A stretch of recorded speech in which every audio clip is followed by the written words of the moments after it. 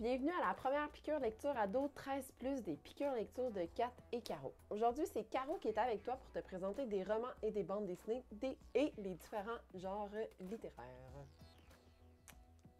Commençons par les genres. Des genres et des sous-genres, il y en a plein. Aujourd'hui, on va en voir 6. Les 6 qu'on va voir, c'est réaliste, policier, aventure, fantastique, science-fiction et horreur. Probablement qu'il y en a là-dedans que tu connais déjà. Il est important de savoir que les genres, c'est utile pour trouver des livres similaires qu'on aimerait avoir par rapport à un livre qu'on a déjà lu et qu'on a super aimé. Bien, on pourrait aller en trouver un autre dans le même genre. Aussi, faut savoir que les genres, c'est pas une finalité en soi. Des genres et des sous-genres, il y en a tout plein. Aujourd'hui, je vous en présente 6. Mais par exemple, juste dans réaliste, on peut avoir le roman sportif, le roman amoureux, le roman de romance en fait. Aussi, c'est important de savoir que les genres, ils se côtoient facilement dans un livre. Par exemple, on pourrait avoir un livre de science-fiction qui pourrait être d'horreur parce qu'on se trouve en l'an 2000 puis on a des extraterrestres ultra meurtriers qui ont envahi notre vaisseau puis là, on tente de survivre à tout ça. Donc oui, c'est un livre de science-fiction, mais ça risque d'être assez épeurant. Donc, ça pourrait être aussi un livre d'horreur. Donc, c'est un genre qui va avoir... c'est un livre qui va avoir plusieurs genres en lui-même.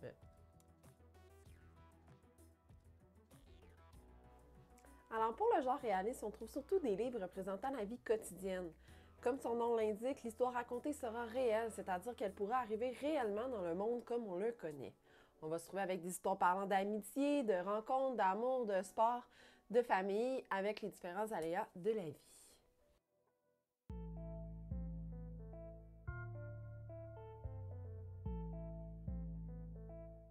Ma première suggestion pour le genre réaliste, c'est Frankly in Love, un roman de David Yoon, paru aux éditions Albin Michel en septembre 2020, donc c'est tout récent. Dans ce roman-là, on suit Frank Lee, un ado américain d'origine coréenne tiraillé entre son héritage coréen et son éducation américaine. Ses parents n'ont qu'une seule règle. Eh bien, c'est que son amoureuse devra être coréenne. Mais Frank tombe plutôt amoureux de Brit, intelligente, merveilleuse, mais blanche. Le plan de Frank est alors de faire semblant de sortir avec Joy, une de ses amies qui est coréenne, pour que ses parents le laissent sortir. Inutile de dire que le plan ne fonctionnera pas aussi bien qu'il l'avait prévu. Je vais vous lire un petit extrait parlant de ce plan-là. Joy et moi sommes penchés comme des comploteurs sur nos téléphones. Donc, je t'envoie juste un message quand Wu veut sortir, dit-elle. Voilà. Et là, je prévois un rendez-vous avec Brit pour le même jour à la même heure. Mais on ne peut pas les mettre au courant. Tu parles de Wu et Brit? Salut Brit, fait Joy en prenant une voix de garçon idiot. Je fais juste semblant de sortir avec Joy pour qu'on puisse se voir sans que mes parents super racistes qui détestent 98% du pays ne se posent de questions. Dit comme ça, en effet, ça ne serait peut-être pas bien vécu. D'un point de vue logistique, remarque, ça simplifie nettement la vie. Je souris à Joy, n'est-ce pas? Donc ensuite, continue-t-elle, tu me renvoies un message pour me confirmer qu'on est synchro et vice-versa. Ça fait beaucoup de SMS, tout ça. Attends, je sais, on n'a qu'à se faire un agenda partagé.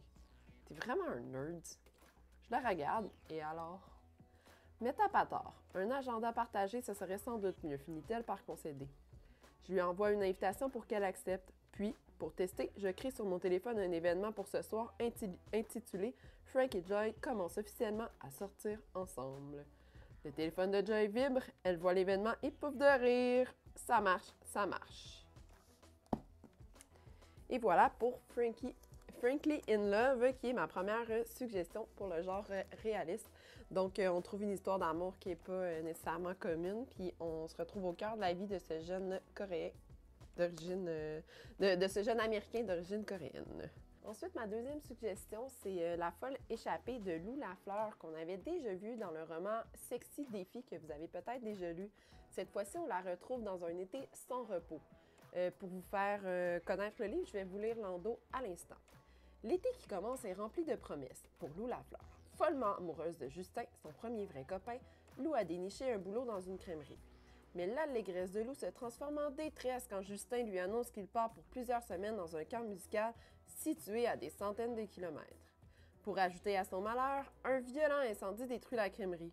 Son boulot d'été s'étant envolé en fumée, la jeune fille réussit à convaincre ses parents de la laisser partir en voyage à vélo. Lou se lance dans cette nouvelle aventure avec la ferme intention de rejoindre son amoureux.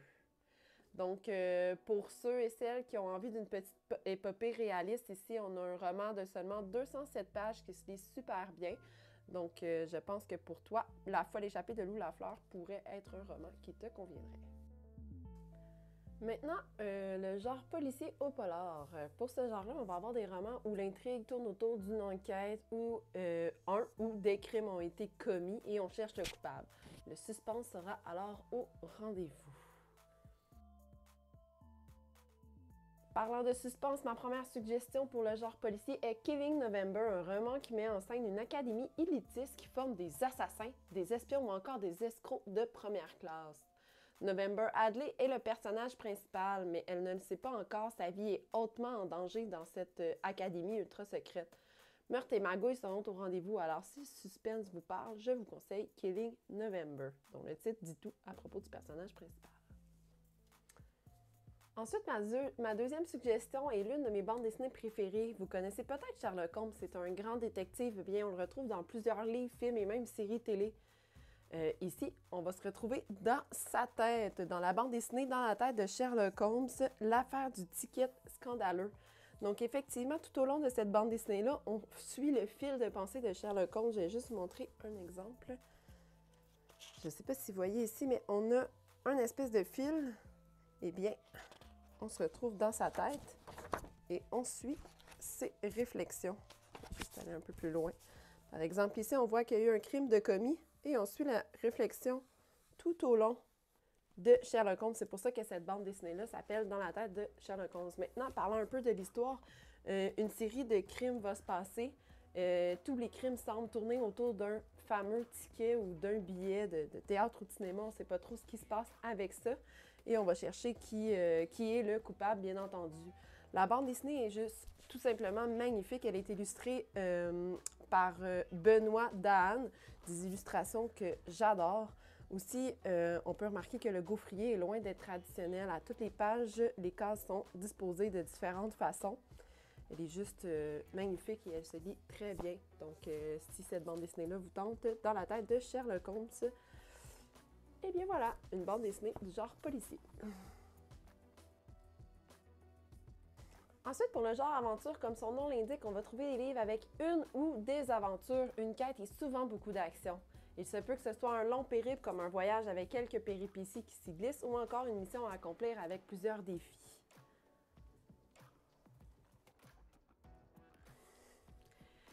Mes deux suggestions pour le genre aventure, c'est L'incroyable voyage de Coyote Sunrise et Pistolero, qui est sorti il y a quelques années.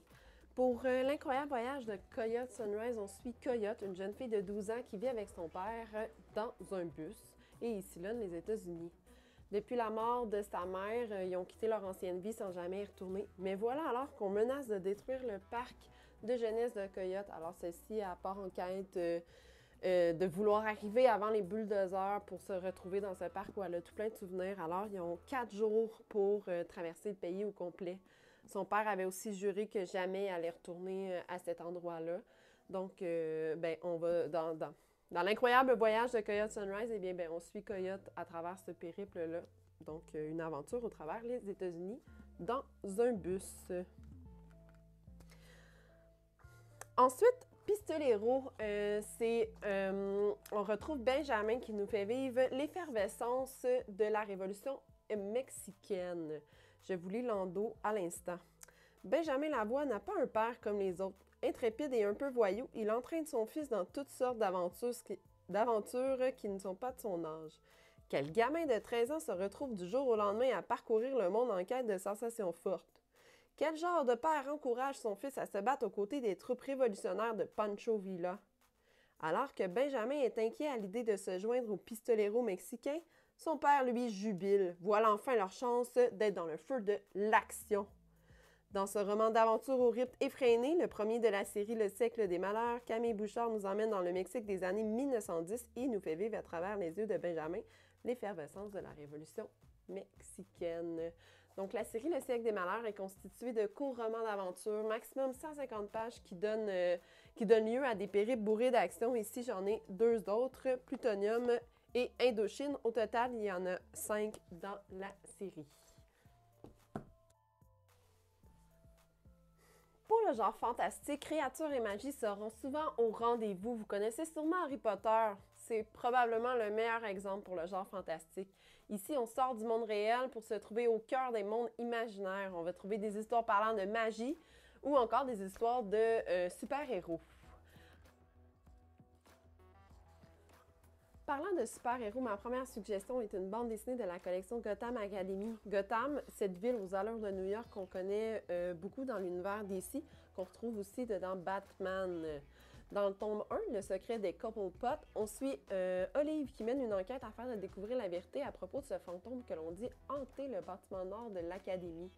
Donc, une histoire de fantôme, de magie, avec une super héroïne dans Gotham Academy, le tome 1, Le secret des Cobblepot. Ensuite, pour ma deuxième suggestion, qui met encore en vedette un personnage qui se nomme Olive, c'est Olive, le premier tome, Une lune bleue dans la tête. On y suit, dans cette bande dessinée fantastique aux allures de science-fiction, on y suit Olive, une jeune de 17 ans avec une vie intérieure plutôt intense. Elle s'est créé un monde imaginaire qu'elle visite à volonté, mais son quotidien terrestre est bousculé par l'arrivée de Charlie, une fille extravertie avec qui elle doit partager sa chambre à l'internat. Plus grave encore, un mystérieux spationaute débarque par surprise dans son monde imaginaire.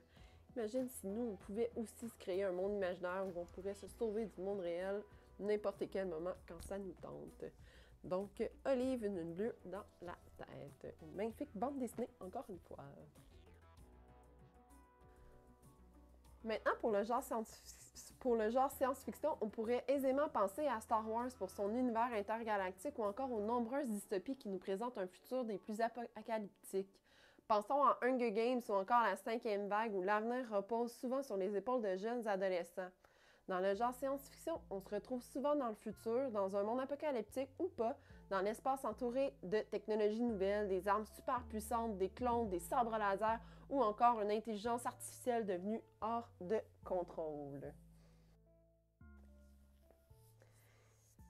Eh bien, ma première suggestion pour le genre, c'est Aurora Squad, un roman où on suit un escadron bien particulier en 2380, quelque part dans l'espace. Je vous lis l'endos à l'instant. Ici, le sort de l'univers dépendait de 7 têtes brûlées à l'humour cosmique. Thaler, l'alpha, chef de l'escadron, carrément beau gosse. Scarlett, la négociatrice, jumelle de Tyler, franche et direct. Kat, l'as, pilote rebelle qui ne craque pas du tout sur le chef. Finn, le mécano, monsieur je sais tout, capable de réparer les dégâts ou d'en causer. Zilla, la cellule grise, scientifique, sociopathe, véritable danger public à éviter coûte que coûte. Cal, le gros bras, guerrier alien. Qu'est-ce qu'il fait là déjà? Et finalement, Ori, la fille mystérieuse, cryogénisée depuis 200 ans, soudain réveillée et peut-être à l'origine d'une guerre intergalactique.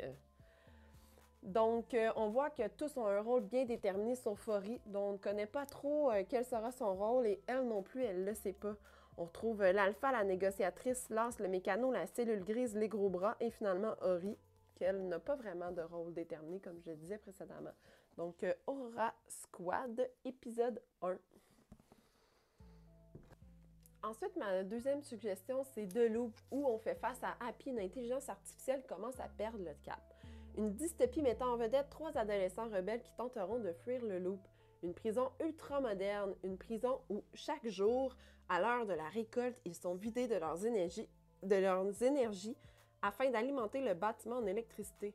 Et tous les 6 mois, lors des reports, ils doivent faire un choix, servir de cobaye lors d'expériences scientifiques ou mourir.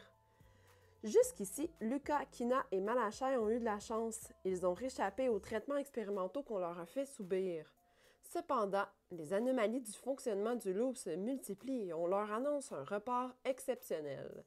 Cette fois, leurs chances de survie seront minces, très minces. Alors Lucas et ses amis décident de fuir. Mais qu'est donc devenu le monde qu'ils connaissaient? Happy a-t-elle perdu le contrôle?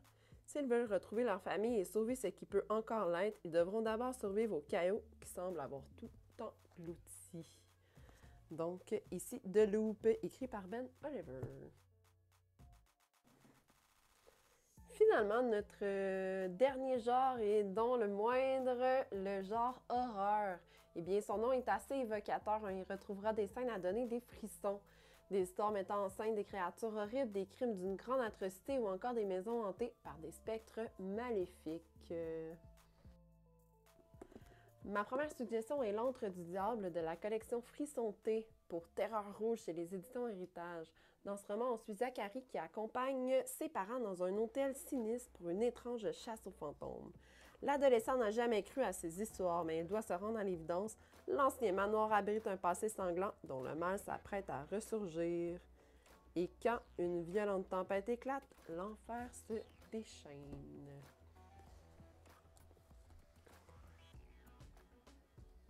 Ensuite, deux autres suggestions de l'illustre Stephen King à qui on doit It, un clown bien sympathique que tu as peut-être déjà vu dans deux films qui sont parus récemment. Ici, j'ai Brume et Le Corps, deux nouvelles rééditions chez les éditions Albin Michel. Pour Brume, eh bien, on se retrouve au cœur d'un brouillard bien particulier, bien particulier. La fumée recouvrit tout comme de la brume. Après un violent orage, la ville de Brington se retrouve encerclée par un bloc de brume opaque et menaçant. Piégés dans un supermarché, Billy et son père vont vite comprendre que l'horreur qui se cache dans le brouillard n'est que le reflet de celle qui vit dans le cœur des hommes. Donc, ici, on a un jeune garçon et son père qui se retrouvent enfermés dans un supermarché avec d'autres personnes. Et sortir est un peu difficile avec les créatures qui les attendent dans le brouillard. Donc, est-ce que c'est mieux de rester dans le supermarché ou sortir? C'est à voir dans Brume de Stephen King. Ensuite, j'ai Le Corps, où on se retrouve à l'été 1960 où quatre ados un peu fous s'élancent le long de la voie ferrée, à la recherche d'aventures, de frissons ou encore de dangers. Eh bien, j'allais sur mes 13 ans quand j'ai vu un mort pour la première fois. Parfois, il me semble que c'est pas si lointain, surtout les nuits où je me réveille de ce rêve où la grêle tombe encore dans ses yeux ouverts. Donc, Le Corps, Stephen King pour un roman d'horreur. Et voilà, c'était les suggestions que j'avais pour toi aujourd'hui. Je te présente la bibliographie. Tous ces livres sont présents à la bibliothèque de Brossard, donc tu peux les réserver dès maintenant afin de pouvoir venir les chercher à la bibliothèque au moment qui te conviendra. J'espère que tu as apprécié ces nombreuses suggestions et on se retrouve le mois prochain pour de nouvelles suggestions Ado 13+. Bye!